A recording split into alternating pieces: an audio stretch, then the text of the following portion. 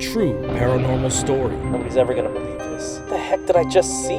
Started seeing ghosts when I was only 8 years old. I saw that boy disappear. This isn't real. Welcome to the Raker'z Dozen. Welcome to the Raker'z Dozen, true paranormal stories. If you're new to the show, thanks for dropping by, and I think you just found your new paranormal home. I can't believe we're already on episode 12. What a journey. So I've been sharing a lot of stories from my apartment on Highland Avenue in Fullerton, California. Thinking about those stories really left me stunned. So many things happened to us while living with my childhood buddy. But all good things, unfortunately, must come to an end. Or do they? Do you want to hear one last story from the Highland Apartments? Okay, fine. And just as a reminder, if you have a story that you'd like to share, please email me at therakersdozen@gmail.com. And just a quick shout out to everyone following us on the socials, I appreciate it. We recently added Reddit. Links are in the description. Now let's get into it. So after a few years, my buddy and I needed to move on. I don't want to get too deep into it, but I was trying to save my failing relationship at the time and thought it was a good idea for me to have my own place so we can work things out. It's kind of a dick move. I basically told my buddy I wasn't going to re-sign our lease for another year and he needed to figure it out, which he did.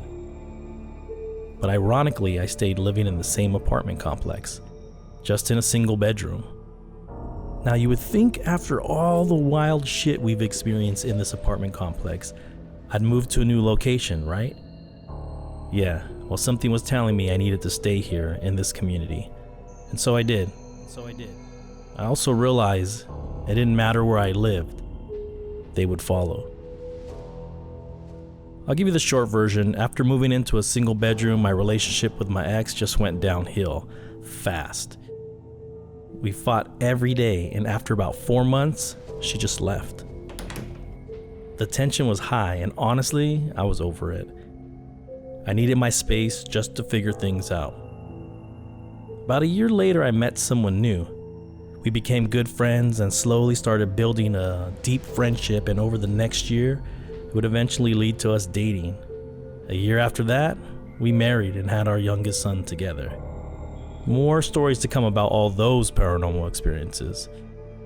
But anyways, we were dating now. And I was honest about all the creepy things I've experienced in my last apartment, and I shared all the stories growing up on Lado Center Lane. But she didn't believe me. And that's okay, because most people never believe me. That's why it took 37 years to finally share all these stories with you. But as our relationship grew, we spent more and more time together, and eventually, she started staying over. It was nice having someone to do things with. And after a few months of quote-unquote dating, we decided to make it official. Now, things were still happening in my apartment. The usual things disappearing or being moved. I'd hear walking in the living room at 2 a.m. when I lived alone. I'd walk into my apartment and the energy just felt off. Sometimes lights would turn on and off by themselves, things like that. But for whatever reason, it never happened while my new girlfriend was here in the apartment.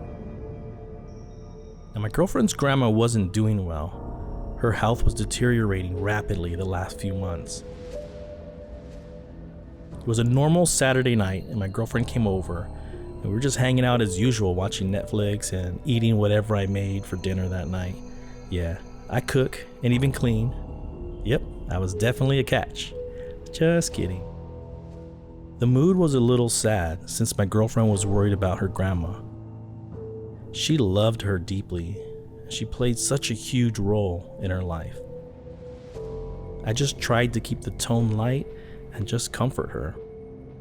Now, what happened next was a little foggy for me.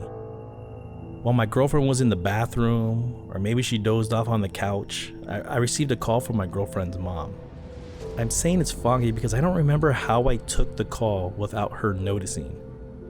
But I knew it wasn't a good thing for her mom to be calling me. So I answered the phone. Hello?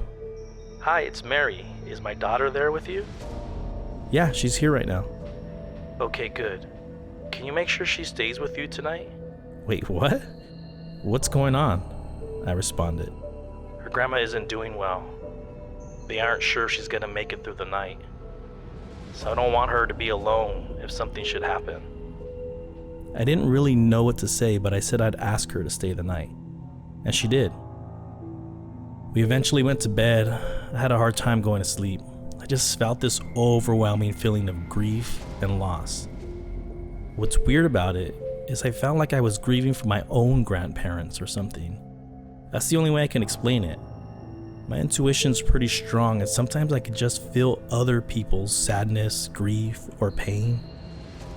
I don't know how to really explain it, other than they're not my internal emotions coming from within me, but I still feel them.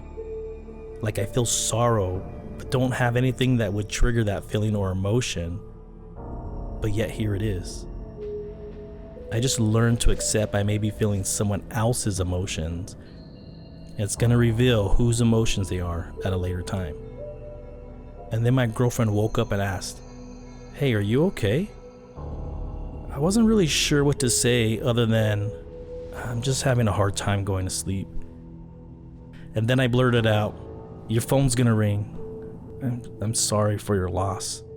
She was so confused. "What are you talking about?" And then her phone started ringing. She looked at me and then looked at her phone and then back at me, almost scared. Like I knew she was thinking, "What the fuck is going on?" And then she answered the phone. "Hi Mom, why are you calling so..." "What?" I'm sorry, Mija, your grandma just passed away. "What? When?" About 20 minutes ago. My girlfriend started sobbing uncontrollably, and after a few minutes ended the call with her mom. She turned around and hugged me. I just held her. I didn't really have the words to comfort her, so I just let her cry for the next hour. I eventually got her to lay back down and try to get some rest. And so we both lay down, and just as I was about to close my eyes, I felt her turn towards me. She said, "How did you know my phone was gonna ring?" I don't even know how to explain it, but I sometimes hear phones ring before they do. I just knew it was about to ring. "So why did you say sorry for your loss?" "You knew, didn't you? You knew it was about my grandma. How did you know my grandma passed away?" I stayed silent for a few moments, debating whether I should answer. And so I looked into her eyes and I said, because I saw her standing in the corner of the room. After that night, my girlfriend never doubted me when I talked about my paranormal experiences. I still don't understand why I could hear the phones ringing before it actually did. Sometimes I think the signal frequency somehow affected me and I could just hear it. I don't know, it's something that just happened to me when I was a teenager all the way into just a few years ago. But I knew that phone call was going to be a difficult conversation, and I just tried to be there for her. It was a tough, long night filled with pain, her crying, and us not sleeping. I'm not sure how to feel about seeing her grandma. I didn't know her, and yet she showed herself to me. Actually, while attending the funeral was the first time I actually saw her, and I knew instantly from looking at the photos placed around the church that it was her grandma who visited that night. Honestly, I don't enjoy seeing people who passed. It leaves me deeply unsettled. But I don't get to choose who shows themselves to me. But what I do remember is her grandma looking at us with love in her eyes, like she was happy to see her granddaughter was happy. And then she looked at me, smiled, and disappeared. And that was the last time I ever saw her grandma. Thanks for tuning in to another episode of the Raker'z Dozen True Paranormal Stories.